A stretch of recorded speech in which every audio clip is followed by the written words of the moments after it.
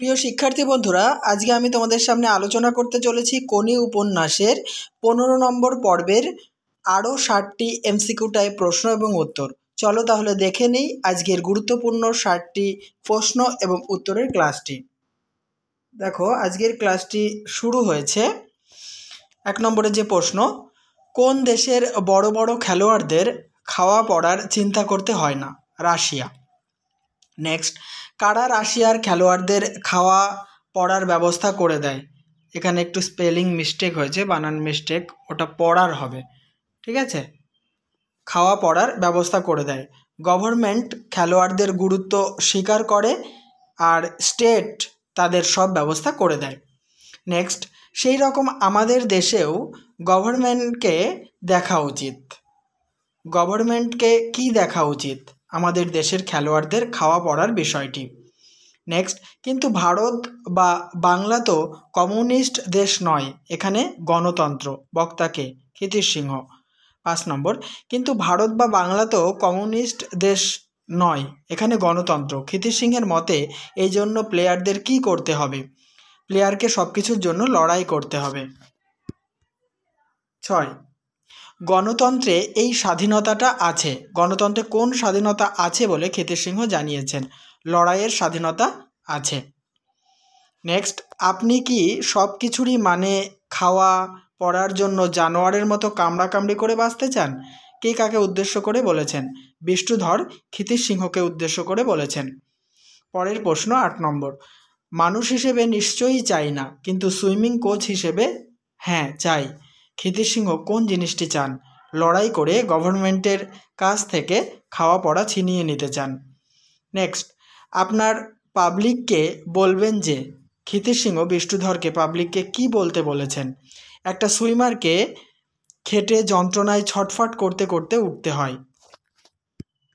10, ক্ষিতিশ সিংহ উত্তেজিত হয়ে কোথায় পায়চারি শুরু করেছিল?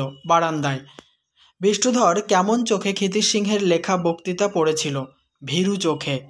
12 নম্বর, কাদের গৌরবের ছটায় দেশ আলোকিত হয়? বিরাট বিরাট খেলোয়াড়ের গৌরবের ছটায়। 13, অস্ট্রেলিয়ার কথা উঠলেই কোন কোন খেলোয়াড়ের নাম মনে ভেসে উঠবে? ডন ব্র্যাডম্যান, ডন ফ্রেজার, রোজওয়ালের নাম মনে ভেসে উঠবে। 14, কোনি উপন্যাসে কোন ছোট্ট গরিব এবং অখ্যাত দেশের কথা উল্লেখ আছে? ইথিওপিয়া। ইথিওপিয়ার বিখ্যাত দৌড়বাজের নাম লেখো। বিকিলা। কার দৌড়ানোর ফলে ইথিওপিয়া বিখ্যাত হয়েছিল?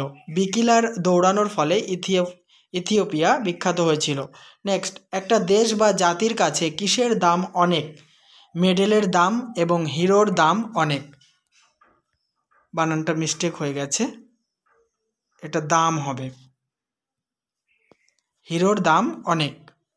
18, দেশের ছেলেমেয়েদের কাছে কারা আদর্শ স্থাপন করে? একজন হিরো, সেটা সাঁতারুই হোক আর সেনাপতিই হোক। মানে একজন হিরো হচ্ছে দেশের আদর্শ স্থাপন করে ছেলে মেয়েদের কাছে, সেটা সাঁতারুর ক্ষেত্রেও হতে পারে, আবার সেনাপতির ক্ষেত্রেও হতে পারে। 19, তবুও ওদের মধ্যে তফাৎ আছে। কাদের মধ্যে তফাৎ আছে? সাঁতারু এবং সেনাপতির মধ্যে। 20 নম্বর, তবুও ওদের মধ্যে তফাৎ আছে। সাঁতারু এবং সেনাপতির মধ্যে তফাৎ কি? সাঁতারু জীবনের ও প্রাণের প্রতীক, কিন্তু সেনাপতি মৃত্যুর ধ্বংসের প্রতীক। 21, উপন্যাসে সেনাপতির থেকেও কাকে বড় বলে চিহ্নিত করা হয়েছে? সাঁতারুকে। যুদ্ধজয়ী সেনাপতি কোন দুটি জিনিস লাভ করে? সমীহ এবং ঘৃণা। 23, খ্যাতনামা সাঁতারু সারা পৃথিবীতে কি দান করে? প্রেরণা দান করে। 24, আপনি খালি সাঁতারু সাঁতারু বলছেন কেন? ফুটবলার, ক্রিকেটার এদের নাম করুন। বাঙালিরা যা ভালোবাসে মিটিংয়ে তাই তো বলবো। কে কাকে বলেছেন? বিষ্ণুধর ক্ষিতিশ সিংহকে বলেছেন। 25, শুধু বলবেন যারা আমাদের জন্য প্রাণ নিয়ে আসে আমরা তাদের অবহেলা করি। বক্তাকে ক্ষিতিশ সিংহ। 26 নম্বর, ভুলে যাই তাদের খাদ্যের দরকার, মাথার উপর ছাদ দরকার, খড়ের চালা যদি হয় তাও। কাদের কথা বলা হয়েছে? যারা আমাদের জন্য প্রাণ নিয়ে আসে তাদের কথা বলা হয়েছে, অর্থাৎ যারা খ্যাতনামা খেলোয়াড় বা দেশের জন্য বিরাট নাম করে তাদের কথা বলা হয়েছে। 27, যারা আমাদের দেশের জন্য বা যারা আমাদের জন্য প্রাণ নিয়ে আসে তাদের আমরা কি করতে বাধ্য করি? উৎসবৃত্তি করতে বাধ্য করি। উৎসবৃত্তি শব্দের অর্থ কী? হীন কাজ দ্বারা জীবিকা নির্বাহ করা, মানে ঘৃণিত কাজ যেটাকে বলা হয়। 29, এইসব বলার পর আপনার লাইনের কথাবার্তায় চলে আসবেন। খুব কড়া কড়া কথায় গভর্নমেন্টকে এক হাত নেবেন, কে কাকে বলেছেন? ক্ষিতিশ সিংহ বিষ্ণুধরকে বলেছেন। নেক্সট, আমার যেন কেমন তালগোল পাকিয়ে যাচ্ছে মাথার মধ্যে, এই প্রসঙ্গে বিষ্ণুধর ক্ষিতিশ সিংহকে কী করতে বলেছেন? গুছিয়ে বক্তৃতা লিখে দিতে বলেছেন।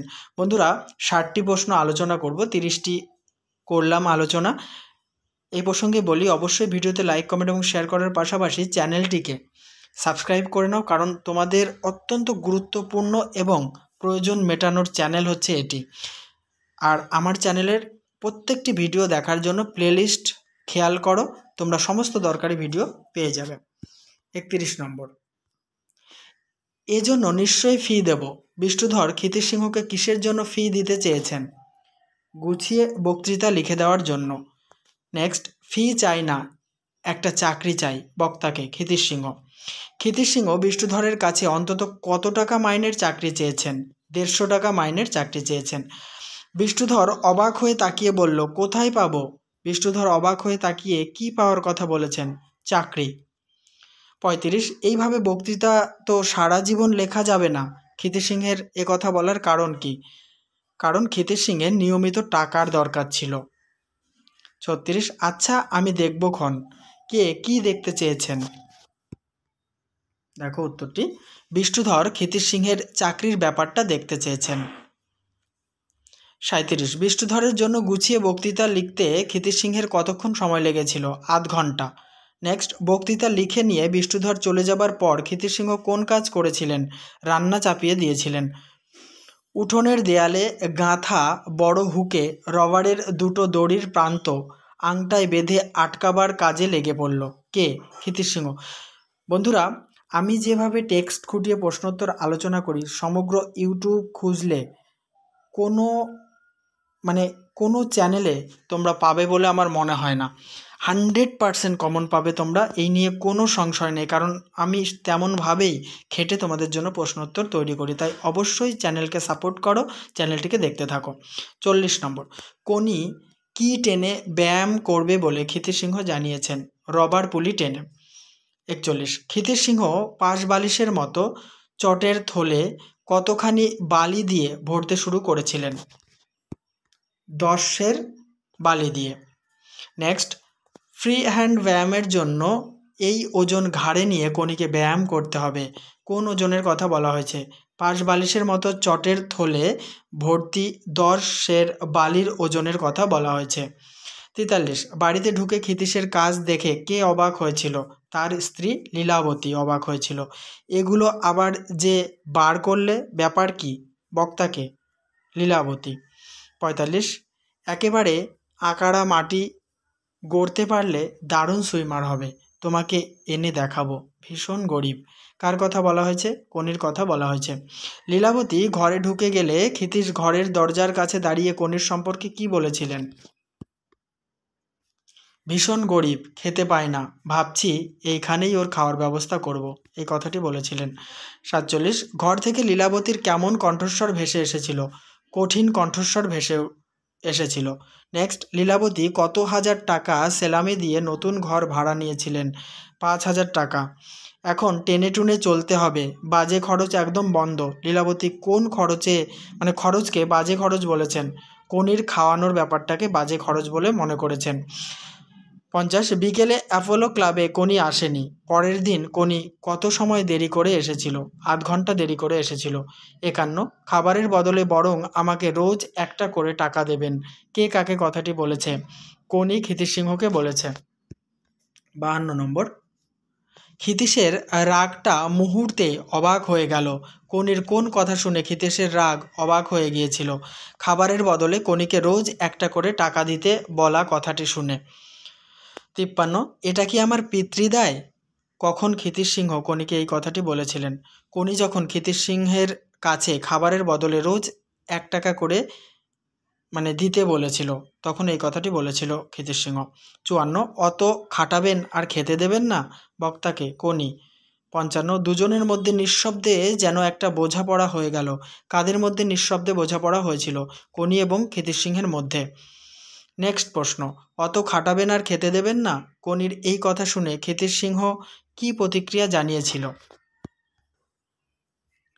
কনির মুখের দিকে তাকিয়ে হেসেছিল। কনিও কিন্তু ক্ষিতিশ সিংহের মুখের দিকে তাকিয়ে হেসে দিয়েছিল। 57, তুই একটা আস্ত শয়তান, আমাকে চিনে ফেলেছিস দেখছি। কে কার উদ্দেশ্যে মন্তব্যটি করেছেন? ক্ষিতিশ সিংহ কনির উদ্দেশ্যে মন্তব্যটি করেছেন। 58, এখন আমি তোকে খাটাচ্ছি, তখন তুই খাটার জন্য পাগল হয়ে উঠবি। কনি কখন খাটার জন্য পাগল হয়ে উঠবে? যখন জলে সাঁতারের মজা পেয়ে যাবে। 59, ক্ষিতিশ সিংহের কথাগুলি কনি কেমনভাবে শুনছিল? মুখে অবিশ্বাসের ভাব ফুটিয়ে শুনছিল। আজকের এই পার্টের বা এই পর্বের শেষ প্রশ্ন, লেকে 1 মাইল সাঁতারে কনি যে মেয়েটির কাছে হেরেছিল তার নাম কি? হিয়া মিত্র। তাহলে বন্ধুরা এই পার্ট সমাপ্ত করলাম। নেক্সট পার্ট নিয়ে হাজির হব। এমন করে প্রত্যেকটি পার্ট 60টি করে প্রশ্ন নিয়ে তোমাদের সামনে আলোচনা করতে করতে আমি কোনি উপন্যাসটি শেষ করব। তাহলে দেখতে থাকো, সঙ্গে থাকো আমার ইউটিউব চ্যানেলটি।